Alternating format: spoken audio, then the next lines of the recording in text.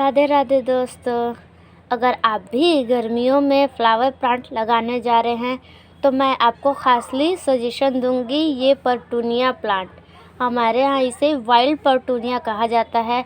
इसके फ्लावर बहुत बहुत सुंदर होते हैं। आप देख सकते हैं इसका प्लांट कितना सुंदर है और इसके फ्लावर भी एकदम, इसका फ्लावर ग्रामोफोन जैसा है। इसका कलर भी बहुत सुंदर है।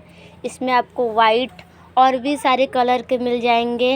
आप इसे कहीं भी लगा सकते हैं, गमले हो गए, पॉलीथीन हो गए, छोटे डब्बे हो गए, और कहीं भी इसे टांग भी सकते हैं आप।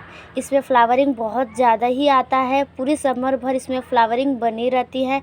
तो मैं आपको कहूँगी कि गर्मियों में आप इसे ज़रूर लगाएं।